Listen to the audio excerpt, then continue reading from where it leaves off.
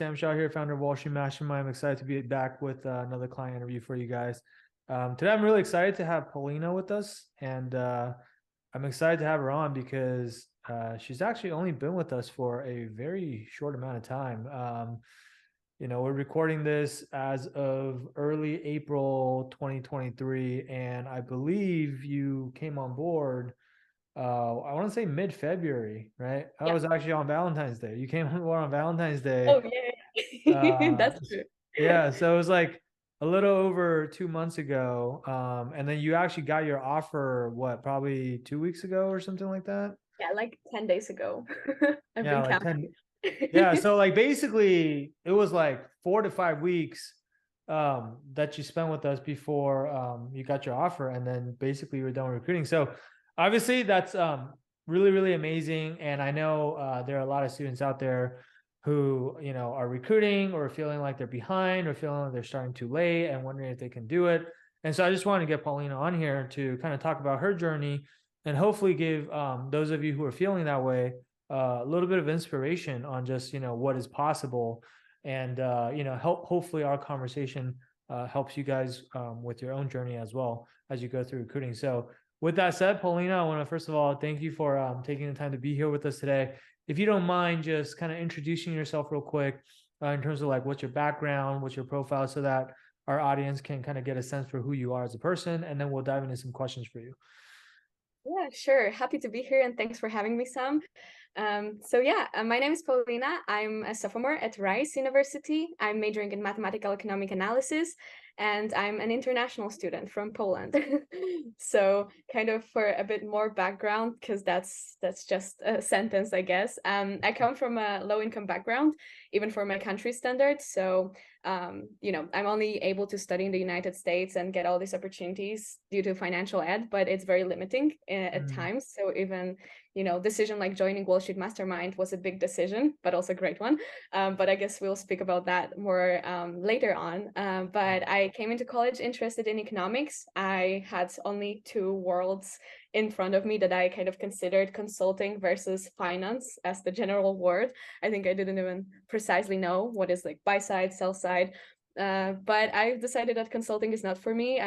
Looked for something way more quantitative and way more, kind of structured in a way. So since investment banking seemed like the most hardcore career path to take from undergrad, I just decided to pursue that.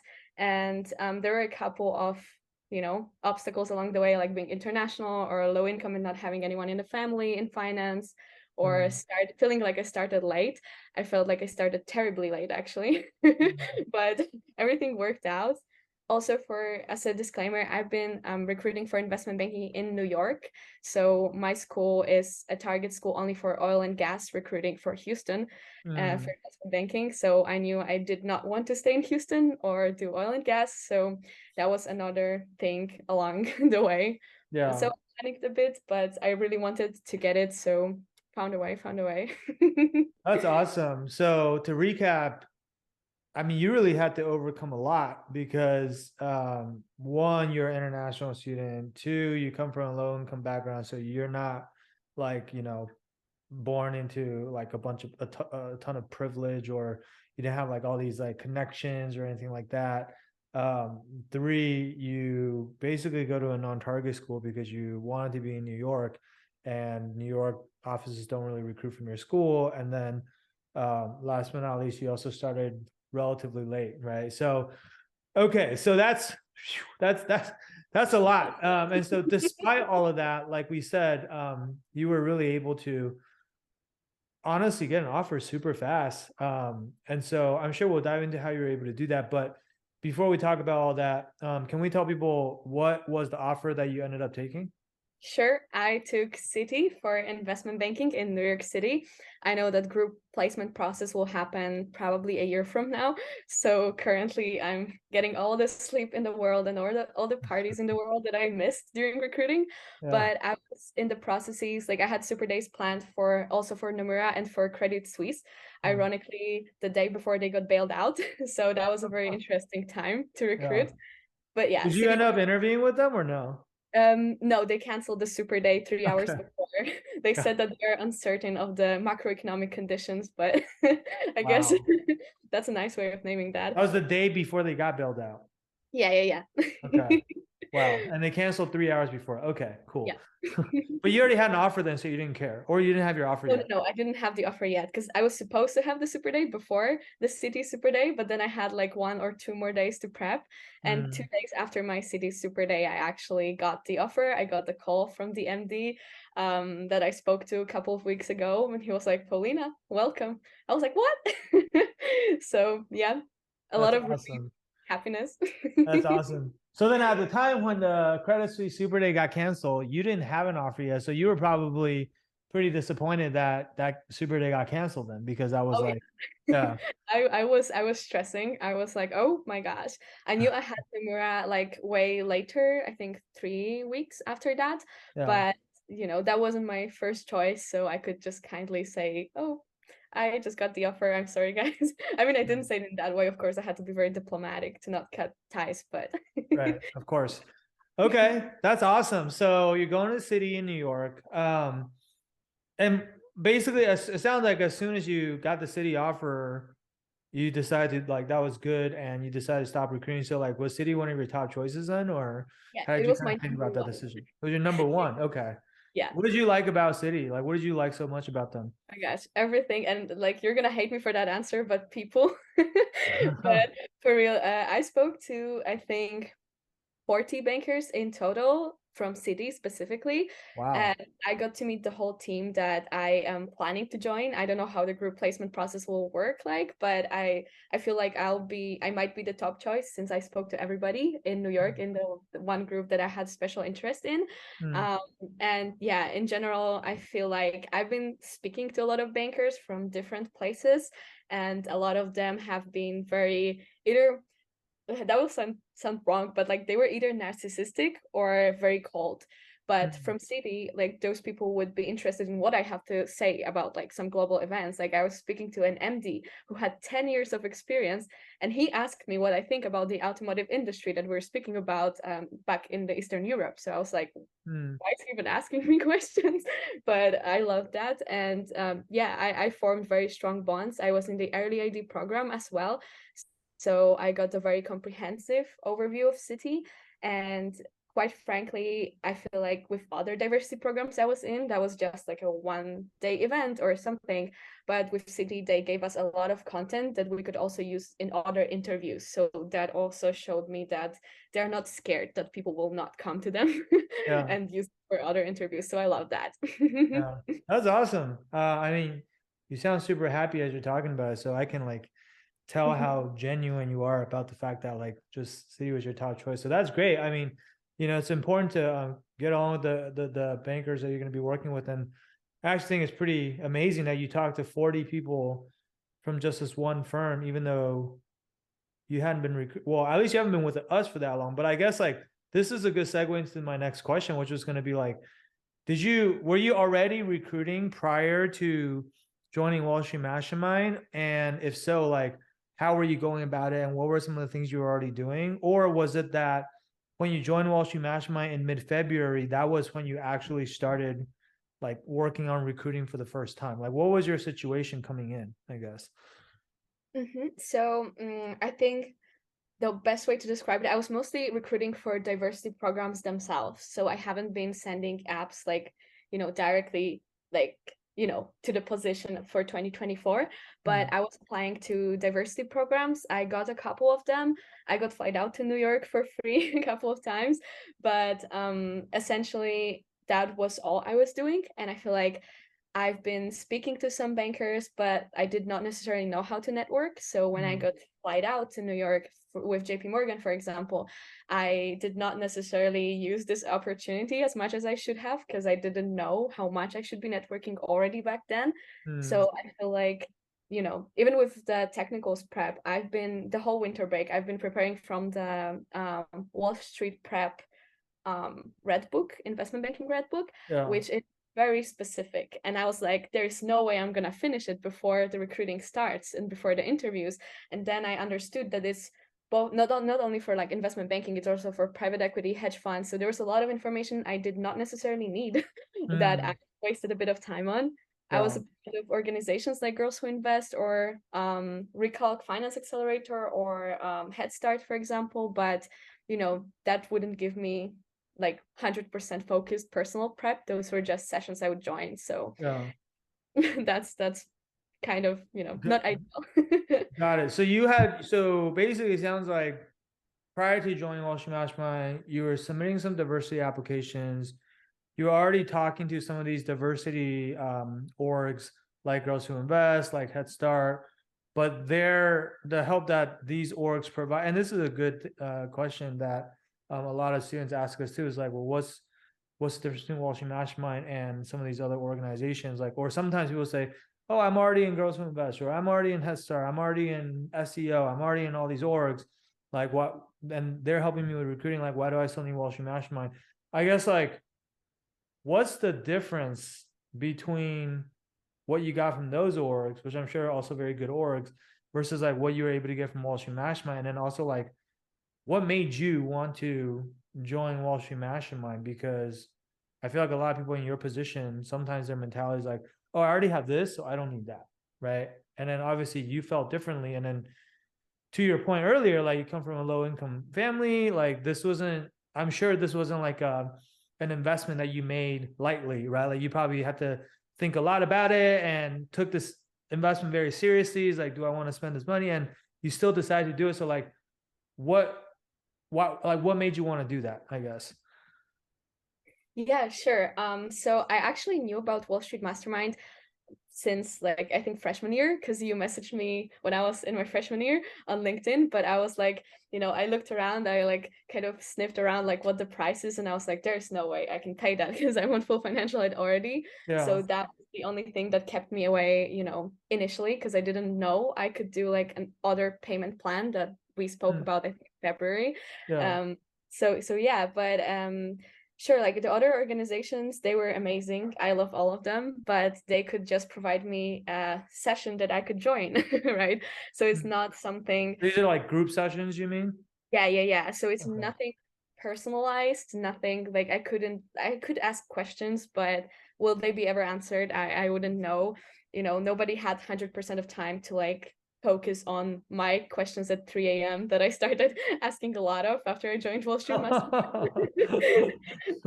I literally flooded you guys with questions since I joined, but I absolutely think it was worth it.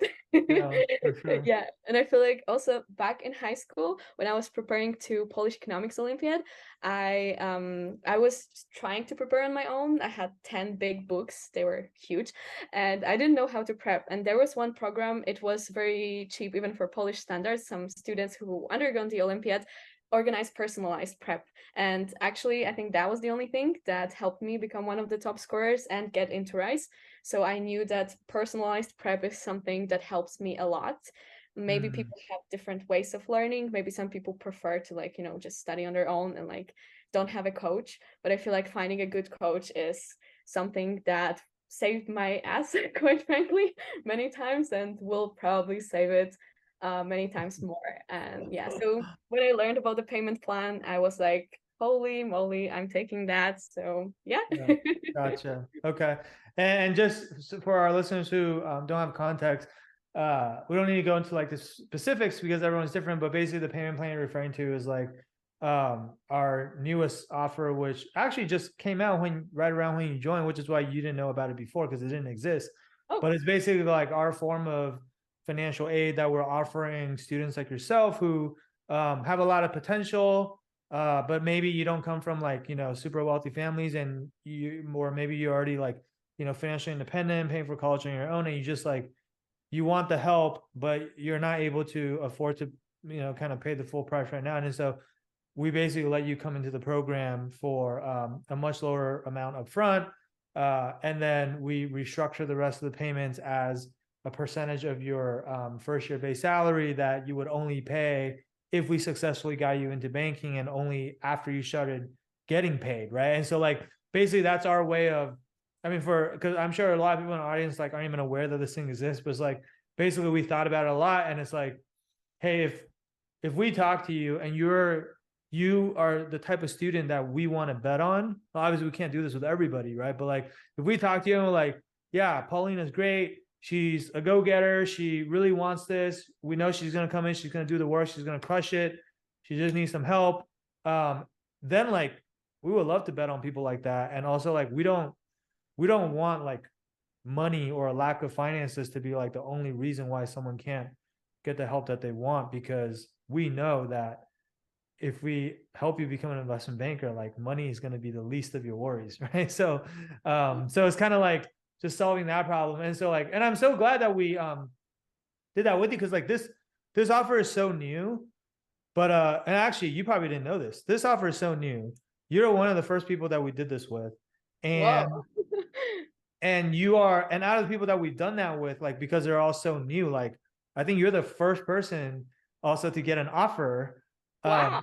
using this type of offer. And then so like that was very exciting for us, because we're like, oh my God, like this proved out like our thesis why this system can work very well, right? It's like as long as we bet on the right people, then like it's a win-win, because you get the help that you need, and then like we obviously are also able to work with someone that we wouldn't have been able to work with otherwise, right? And so like we love that. And I bet you didn't know that, but like that was a pretty cool thing for us.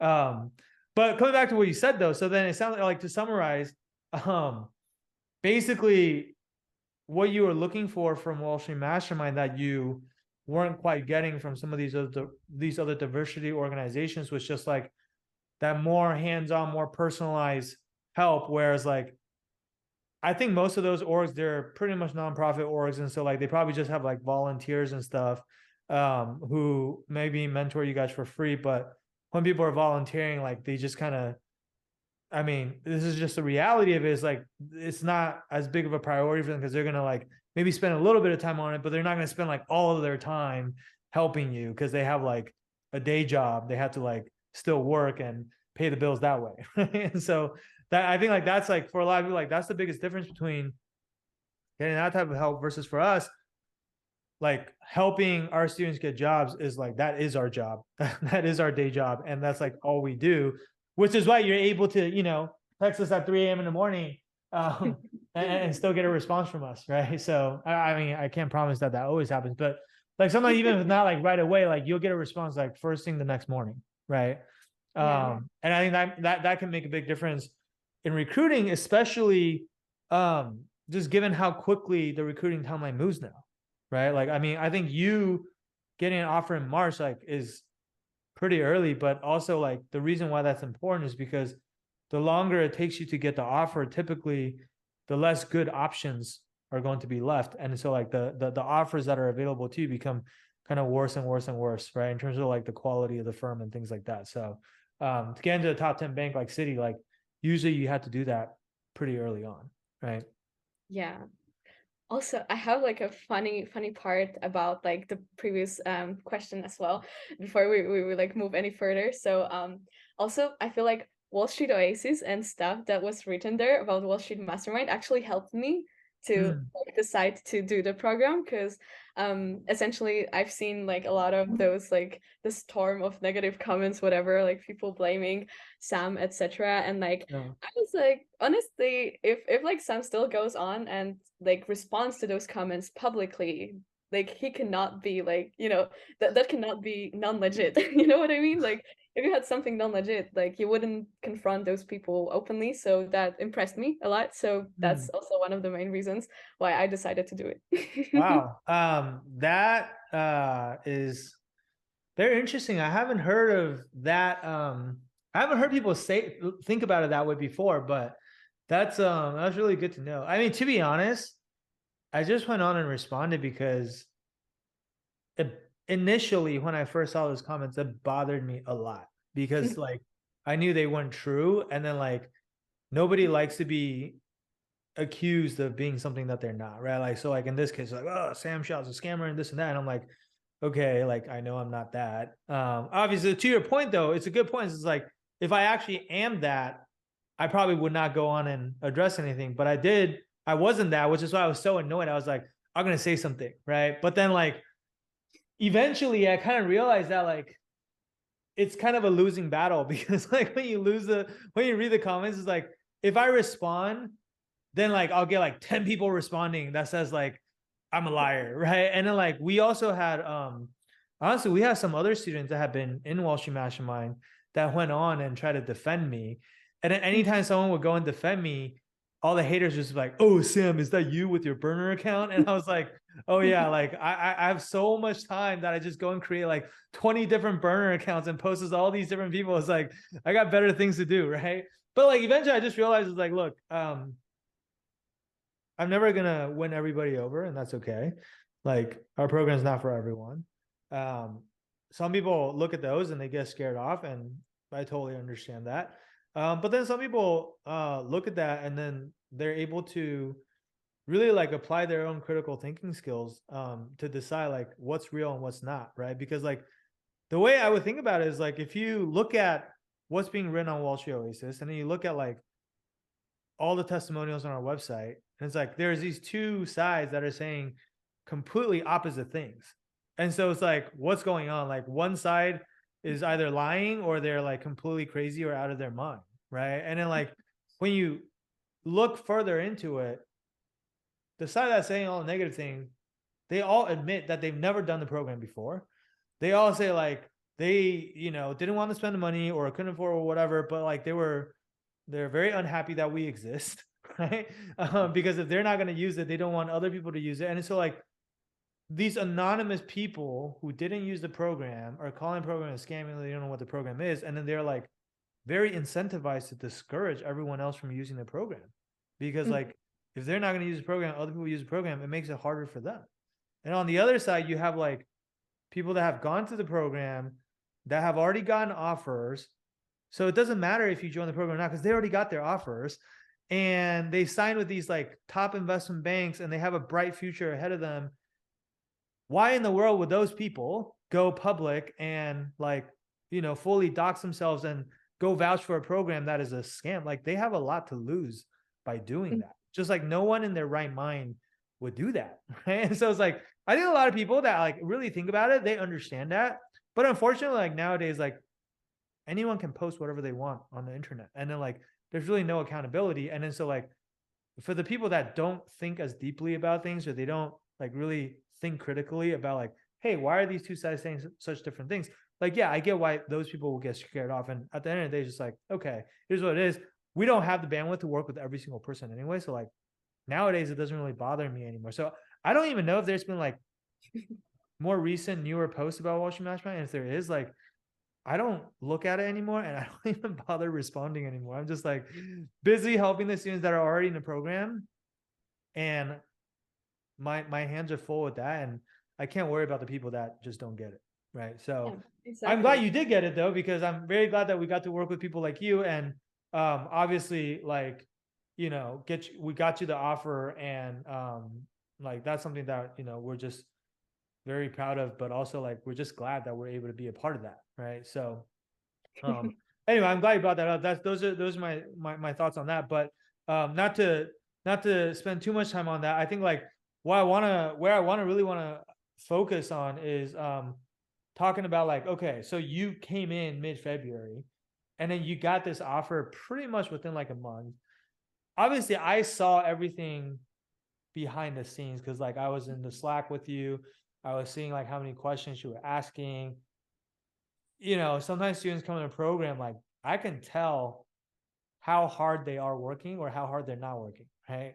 And you were one of those people where I was like, oh yeah, Paulina is working super hard and I wasn't worried about you at all. But like, can you just talk about what you did after you joined the program and like what do you feel like made the biggest difference for you, or like what enabled you to be so successful or like get an offer so quickly? Because that like how long it took you is not, I would say it's not normal. Like that's definitely like on a spectrum of like, I mean, we've had clients that have gotten offers very fast, but like you're definitely on like the higher, like the faster side of that spectrum, right? And so what do you think it is that really made a big difference for you, and like what allowed you to be so successful? Like, because that's, I think, what most people want to know and are curious about, and because they want to be able to kind of like replicate that, right? Yeah, sure. So I think secret sauce, I started with like the intro to everything and the secret sauce, which was the mindset module. Mm. I struggle with mental health a lot, so recruiting on my own was hell. I would stress cry a lot. I'm not gonna lie. Wow. So quite frankly, just the feeling of security that I had, first of all, like I knew that I had videos to watch. So like there was no more like, oh my gosh, what should I do? Where should I, what should I look on? Should I do behaviorals? Should I do technicals?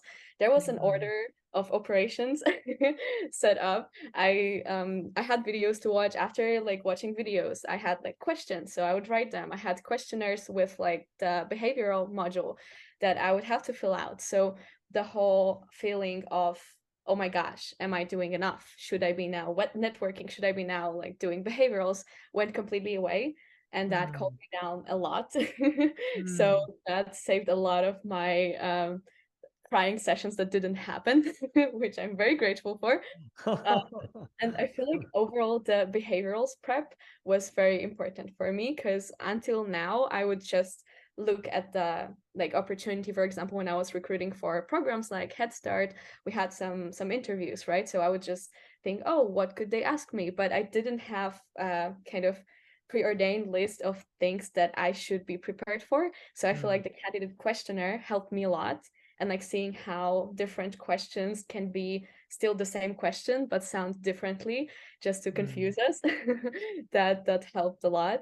When Yeah. it comes to technicals, I mostly did the 400 question guide because I started it a bit earlier with my mentor for early ID. So, but I feel like if I was recruiting for an elite boutique, that would not get me far because I know they ask a lot of deeper questions. For city people, especially for the diversity program, they were very kind and asked questions quite directly from the guide, but Yeah. I still went on into your videos to like understand some concepts. So I knew a lot about accounting, but like I didn't know a lot about LBOs. I was like, okay, I just learned some definitions, but now how does that work? So I would, select some videos from that and try to understand it. If I get a weird question, I will still know how to work around that. So Yeah. I guess that. And oh, also in terms of networking, I already had my spreadsheet, but it was a bit messy, and I kind of did not necessarily know what to do. I did a risky thing, and I at some point I betted it all on City, which probably you shouldn't do. But from one point when like the early AD was coming to an end, I just started like going full on City and just having like a couple of calls in the week from other companies. Yeah. But I focused on that, but it was still very confusing and tiring. When people wouldn't respond, they would ghost me. Yeah.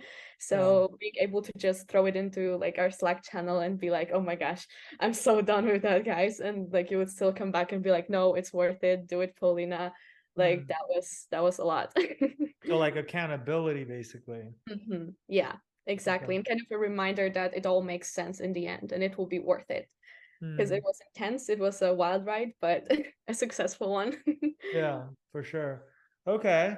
So basically you talked about a lot, like kind of a lot of the major components of recruiting. You talked about obviously interview prep. Sounds like the behavioral prep made a big difference for you. The technical prep, like obviously you had already done some prep on your own using the guides and things like that.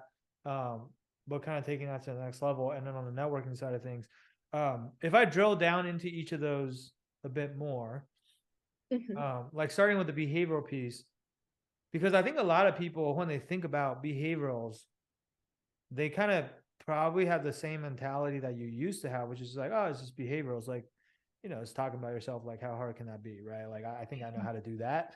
And then people, it's kind of hard for people to visualize, like, I mean, what is there to do for a behavioral prep? Just like, okay, I think about what I kind of want to say, and then like I know what I want to say, and then that's pretty much it, right? And so like, how much better can your behavioral answers really get?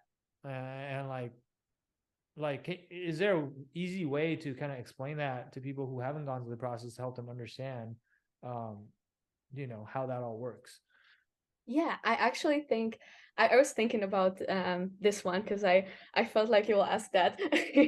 So honestly, the way I think about it now is like all of the answers, no matter how unrelated to banking they see, like if you're interviewing for investment banking, they have to scream, I want to be a banker, and that made me a better person to become a banker, no matter which question that is. So I feel like that takes a lot of attention and a lot of effort. And the further I got with the candidate questionnaire, with like the sample questions that I was supposed to answer on my own that were there then like checked, I started to get a more of a feel for what it actually means and how to, like, even if I get a question that I have never seen before and I cannot connect to anything, I know that it has to somehow relate to a skill that's necessary in banking or some personal trait that will help me survive 80-hour work week and all the things like that. To the Yeah. point where in my interviews for City, I started like actually kind of joking with interviewers, and I think that's what helped me like win them over.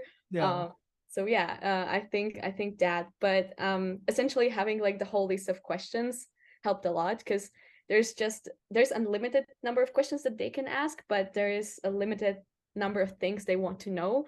They want to know if you have the work ethic. They want to know if you can work in a team. They want to know if you want to like can take orders from above, because that's usually what you do as an analyst. So yeah, I feel like it's doable to prepare for at least 90% of things that can be asked as behaviorals. And from what I heard from the associates or VPs or even MDs that I spoke to throughout the networking process, they don't care about technicals from some point, because essentially, especially for diversity programs, they're usually asked the easy technicals. So that's something a lot of people know, but the behaviorals are the deal breaker and show if someone has thought through them, in the banker's shoes, kind of. Yeah. Yeah. So knowing like what the bankers are looking for and what they want to hear, and then being able to tailor your answers based on that would make you more effective versus most students, they don't know what the bankers want to hear. And then so they're just kind of thinking about it from like their own shoes and like, this is what I think sounds good, which may or may not be what the bankers actually are looking for. Yeah, and I think it also kind of helps to show the emotional intelligence component, because of course, like the interviewer has no business like sitting with you and hearing about your life in a way. They want to hear about you being a potential employee. So like being able to show that through your answers also increases chances a lot, because that's just gets to show that you did your homework and you're not wasting their time talking about how you were a great leader, but like, not relating that to banking at all. Right, for sure. Okay, that's awesome. So let's see. What about like on a technical side? Because so you were using the 400 questions guide, right? Which is like I think a very popular guide that everyone starts out with. I feel like everyone reads the 400 questions guide nowadays, right? What's the difference between just using the 400 questions guide versus like learning technicals the way that we teach it? Because I think most people would probably ask, like, I mean, if I just memorize all the answers to the 400 questions guide, like, would that be enough? Like, shouldn't that be enough? Or like, it seems like this is what everyone else is doing, or this is what like all the upperclassmen told me to do. So like, can't I just do that? Like, what are your thoughts on that? Yeah, I feel like upperclassmen recommending only preparing from the 400 question guide are not the upperclassmen that you want to have as your mentors, for sure. Because, yeah, I feel like a lot of people just kind of, after they're done recruiting, they're just so over it that they're like, oh, yeah, do 400 questions, you'll be fine. But that just like memorizing answers is absolutely not the way. I feel like only with the most advanced concepts that I knew I will not have the time to study, I was like, okay, I'm gonna just memorize it and it will be maybe okay. But having the understanding of those concepts is super important. I had very nice interviewers who were very kind and asked me only questions that I felt 100% prepared for. But I was in a diversity program, and in general, it was a very light interview in a way. I knew if I wanted to do something more like elite boutiques, they would whoop my ass, quite frankly, on the technicals and then understanding. I know some of my friends who recruited for those got paper LBOs, and I feel like you cannot study how to do a paper LBO from a 400 question guide, quite frankly. You have to Yeah. understand the concepts. So yeah, being able to kind of have it walked through and also not in a question form. I feel like, of course, like your videos also had the examples with the mock interviews, but I feel like the most important part to me was when there was the video going over the concepts, just like the way they relate to each other, because Yeah. that gives you the map on which you then draw like some definitions and some like details, but you have to have this whole like panoramic view of the technicals, I think. I like that term. You need a panoramic view of how all the technicals tie with each other, right? Yeah. Are you talking about like that first training, which is like the 30,000 foot view of here's how all the concepts tie together? Okay, I gotcha. love this one. Even with accounting, um, I felt like you didn't like do it just for the purpose of questions, but like it was just shown how those statements relate to each other, what's important, and how like one change would flow through them. For yeah, example, that kind of gives the overview kind of in a nice yeah, way. yeah, for sure. Yeah, I mean, like that's so important, right? Because I think the reason why a lot of people struggle with technicals is because like they're memorizing all of these individual answers to questions or even like individual concepts, but then they're not connecting the dots on like because in reality all of these concepts kind of build on top of each other, right? Like evaluation is not going to make sense if you don't first understand three statements. You don't understand accounting because like Mhm. that builds on top of the three statements, and like M&A is not going to make sense if you don't know how to do valuation because like you first need to do valuation to determine the purchase price of the company. And so like, and then like an LBO is just like a more complex version of M&A with like debt and more leverage and like a more complicated capital structure layered on. And so like all these things kind of build on top of each other. But like a lot of times people are so in the weeds on like, oh, what does this mean? What is this definition? How do I memorize this formula? And nobody's telling them to zoom out and look at all of these things from like a 30,000 foot view. Um, it's kind of like when you're sitting like on a plane and looking down on like the city below you, you can see like all the streets and how they cross, and like it's a totally different view than when you're actually like on the ground on that street trying to get somewhere and you don't see that same view. And I think like both are important, right? And it's almost like you first need that I like the terminology you use, which is like that panoramic view, or like even when you're like driving and you're using navigation, Google Maps is giving you that panoramic view of like, hey, here's the route you want to take before telling you like the turn by turn, like, oh, turn left here, turn right there, or whatever. And like you need both, right? And so I think that stuff, like the connecting the dots and stuff, like that stuff is really hard to get just from like reading a guide or worse yet, like memorizing questions to specific answers. Like you really need someone who has a thorough understanding of how everything ties together to like walk you through it and teach it to you, right? Which Exactly.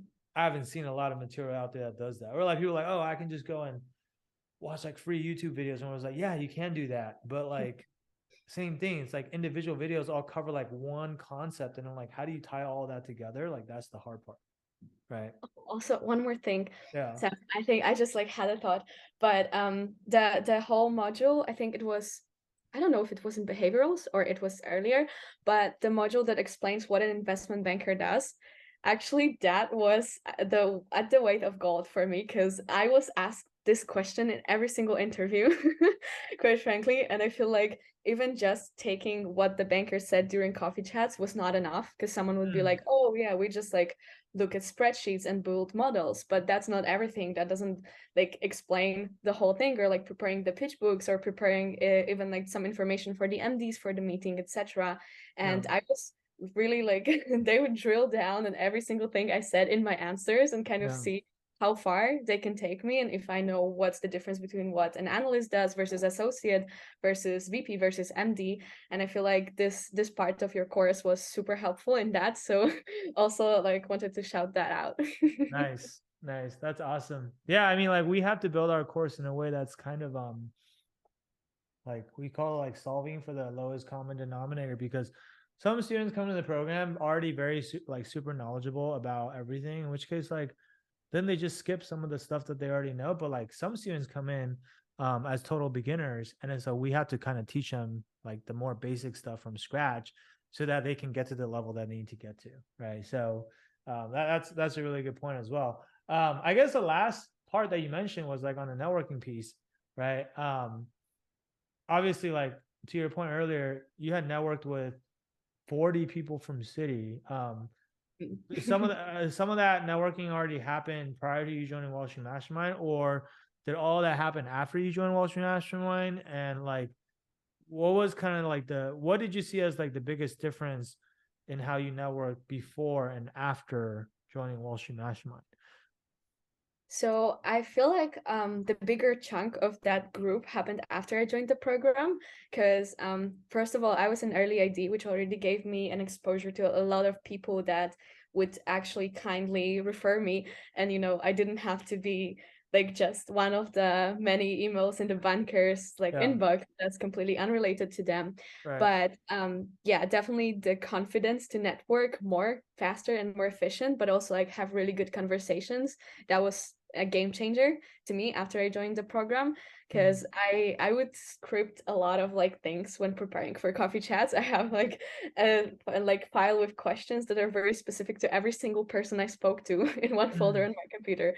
So there was a Wow. lot of prep going into that. But before I just felt like, okay, I need to stick to those and it needs to be in that exact order. But I feel like also treating the whole networking process as a conversation that you explain in one of the modules, that helped a lot in changing my mindset and being like, oh, this person mentioned this earlier, so I'll just skip to the next question and try to sound like a person who's actually listening to them. That was life changing. Yeah.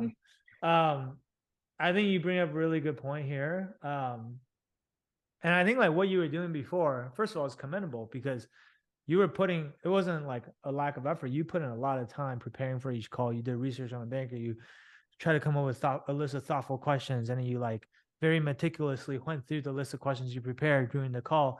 And like, so I think a lot of students do some form of that, right? Some students are more thoughtful about it than others, where they like actually try to change up the questions based on the background of the banker. And then some students, like the worst ones that I see, they just have like the same 10 questions that they use for like every single conversation, and they just go through like the same 10 questions in the same order every single call, and then like they don't get results, and then they still keep doing it for whatever reason. It's like, by the way, guys, like if you're doing something over and over and over again and it's not working, or it's not like getting you the desired results, like something's probably wrong with what you're doing. So then like at that point, like the smart thing to do would be to like stop doing whatever you're doing and like try to figure out why it's not working, and then fixing that thing before you continue, right? But I digress. But I think like one of the biggest things, or like kind of mindset shifts, just like you talked about, that we try to give all of our students is like, uh I like to say like it's a conversation, or make it a conversation, not an interrogation. Right. And a lot of students, when they talk to bankers, it feels like an interrogation, because it's like, oh, question number one, like whatever. And then the banker answers that. And oh, question number two. And like totally unrelated to question number one, by the way. Oh, they answered that. Okay, now question number three, question number four. And like all these questions like are not really super related to each other. They're like, it's just a super choppy conversation. And the banker's just like going through the motions. They've done this like 100 times. They're like, oh yeah, like what do I like the most about banking? Okay. Oh yeah, what is my typical day to day like? Okay, like it's just like it's not enjoyable for them, and it's not enjoyable for you either. And if like both people aren't enjoying the conversation, then like what are we even doing? What's the point, right? Because if your whole goal from this conversation, like if you're gonna invest 30 minutes of your time to talk to someone, and the whole purpose of that is like to get them to refer you, well, guess what needs to happen in order for them to refer you? Like first they need to like you as a person. And so like it's going to be really hard to make them like you as a person if they're not enjoying the conversation, and neither are you, right? And then the other part is like obviously they have to think you're qualified, they have to be impressed by you, right? They have to think you are smart, intelligent, you have a good head on your shoulder, and you understand what you're getting yourself into. And obviously that's the other part of the conversation. But well, like that first key of like making someone like you, that's the most important part, because no matter how impressive you are, if I don't like you, I'm not gonna help you. Like, I don't get anything for helping you. So like, why would I go out of my way to help you if I don't really like you? Right. And so like, I think like a lot of people forget about that, and they're just like so mechanical and robotic about how they go about these networking conversations. And like, that's just like the wrong way to go about it. Right. Exactly. No, I fully agree. And also, as a piece of advice, I guess, on that note, I had a lot of my friends who decided to ask bankers questions like, oh, like, what's the number of hours you're working? Like, never Mm, ask that. The hours are long. That's all everybody knows. So bankers do not necessarily like to be reminded of that. yeah. And yeah, on that note, like when I was speaking to the MD, he was like, oh my gosh, I'm kind of sick of the kids that are like bringing up all of the news or like the deals that I haven't worked on. Like I don't know what's happening on those deals. Like, and he liked the part where like you could explain why you like a company, but like not necessarily, like remembering every single number. Like that might be different for different bankers, but like from what I heard, he was just like No, I mean it's true. It's like, hey, I don't, as a banker, I don't want to feel like I'm being interviewed. It's like, tell me about a exactly. deal you've been following. It's like, what the heck, right? Or like, I mean, I think what you're talking about is like sometimes there's students try to impress the banker by sounding like they've done their homework and sounding like they follow deals, and then they ask them about very specific deals, and like that banker knows nothing about the deal because they weren't the ones that worked on it, right? Yeah, as I usually tell our students not to do stuff like that because um you don't want to come across as like this super like try hard, uh and that's not really what people are looking for, or that's not really what's going to make people like you, right? Yeah. As, What, as you mentioned, like the comparison to dating, like to not seem too desperate and to try hardish. yeah, That works for exactly. banking too. Exactly, for sure. Okay. That's really awesome. So I guess like my last question for you, is related to kind of what we just talked about, but like, is there one piece of advice that you want to share with our audience? Um, maybe people who are coming from a similar position as you, maybe like, they're younger, they're still going through recruiting now, but perhaps they have a lot of similar obstacles that you have. Like they went to a non-target school, or they're an international student. I mean, obviously not every firm is willing to sponsor, right? Mhm. Or maybe they feel like they're starting a little bit late, or they don't have a lot of connections. Like, was there something that just really helped you as you were going through this process yourself, or that you learned along the way that you want to share with other people or pass down to other people? Yeah, sure. Actually, it's not one thing, it's three things if I can squeeze them all. Even better. Yeah, definitely the first part. I feel like I was mostly internally terrorized by my own self, and that I didn't start early enough, and that meant that like nothing will work out. I mean, when you get the thought that, oh my gosh, I'm late, I haven't started early, that's like the still the earliest moment at which you can start in a way, Mm, like when you get that thought. So like just do something about it. mm, And I feel like having a program like Wall Street Mastermind where like you make investment and you pay, it also is a commitment. So like you will stick to that goal and then it can all work out. mm, Like recruiting is very chaotic and very rough to go through. yeah.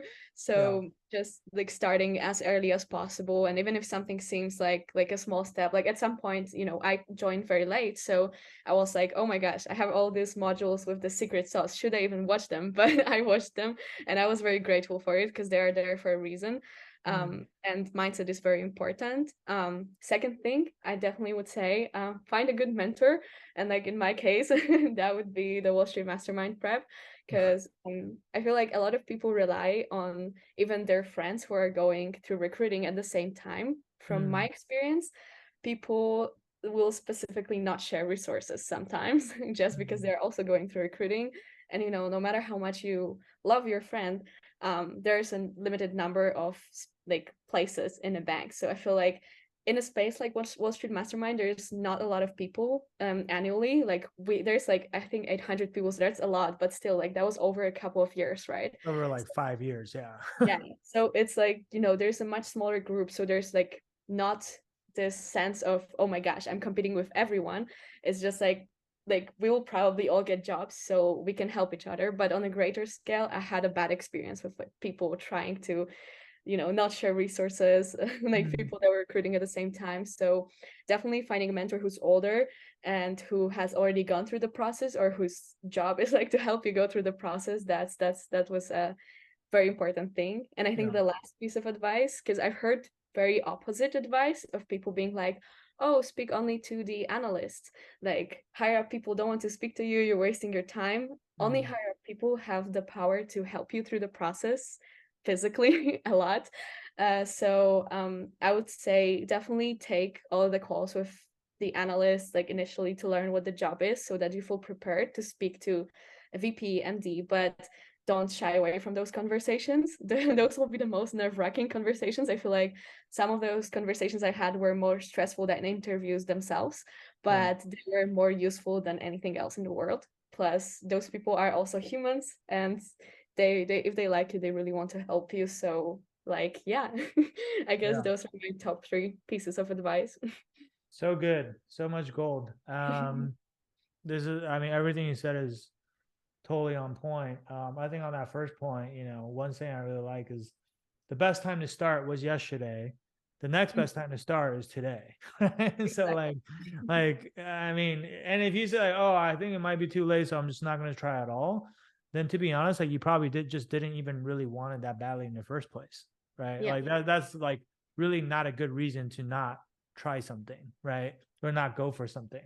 Um, and then on that second point, like about getting a good mentor, I think that if you really think about it, if you like look around at all the successful people that you look up to or admire, or even like successful people that you know in your own life, and you go and ask them, like, hey, have you ever had, like, how are you so successful? Like, have you ever had a mentor at some point along the way that like helped get you to where you are today? Like, I guarantee you, every single one of them is going to be able to tell you, like, oh, yeah, I had this person who, taught me this, or, mentored me in this way, or helped me get over this thing, or whatever. It's like, no, sometimes I hear from people who are like, oh, like the other day I was talking to someone who's like really want to join a program, and we're talking to the parents about it, and the parents are like, well, if you can't get this job on your own, then like you don't deserve it anyway, right? And then it's like, and this is like old school dad who Mhm. had to earn everything on his own growing up or whatever, right? And it's like,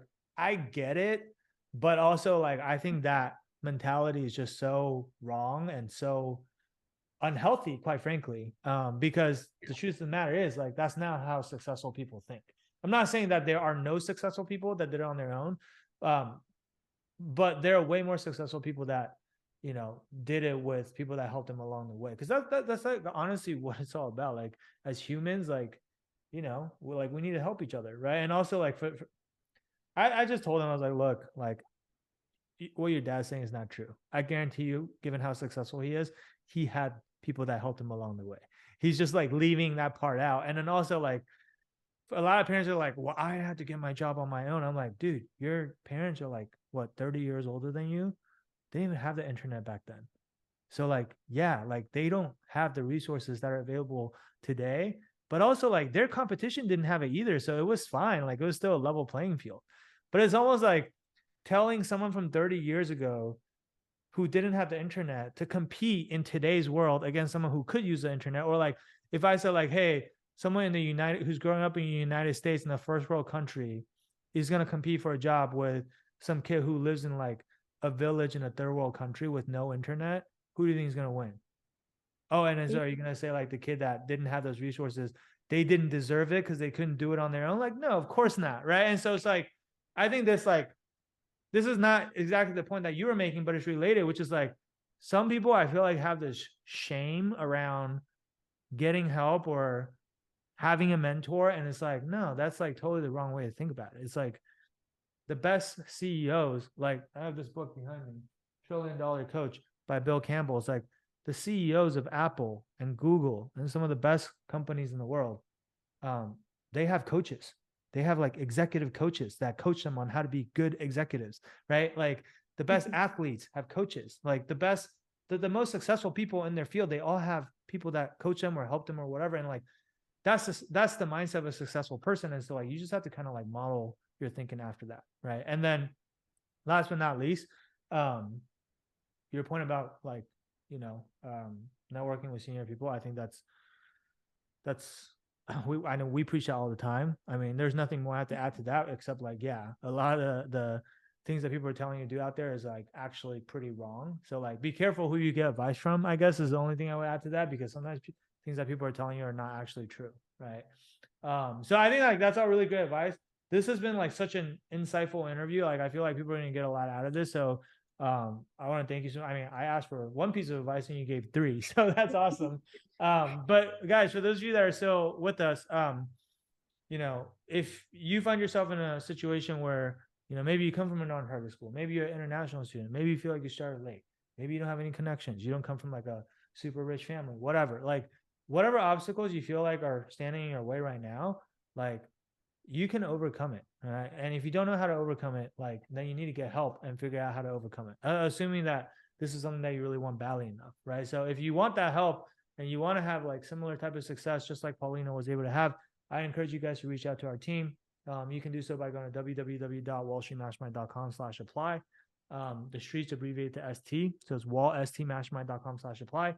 And, we'll get on call, talk to you, give you advice, learn more about your situation, and then give you some personalized advice on what we think you could do. And then if you want to do it with our help, great, we can help you with it. If you don't want to do it with our help, then you can, take it and run with it on your own. Like either way is fine. But this stuff's not rocket science, so if you're stuck, reach out, get help. We're happy to help. And we look forward to hopefully talking to you. All right. So with that said, Paulina, I want to thank you so much for taking the time to be here with us today and sharing all of your knowledge and experience. And again, huge congrats on all the success that you're having, and obviously an amazing offer, getting your top choice. Obviously, you're super happy, which means we're super happy. And so looking forward to seeing all the success that you have ahead of you. And Thank you for everything, Sam. I yeah, really appreciate that, and no, happy of to course. help with advice.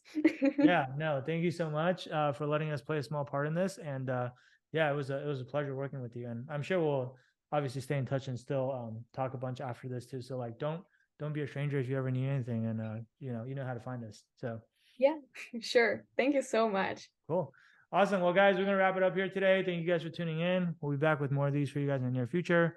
And until next time, all right, talk soon. Bye.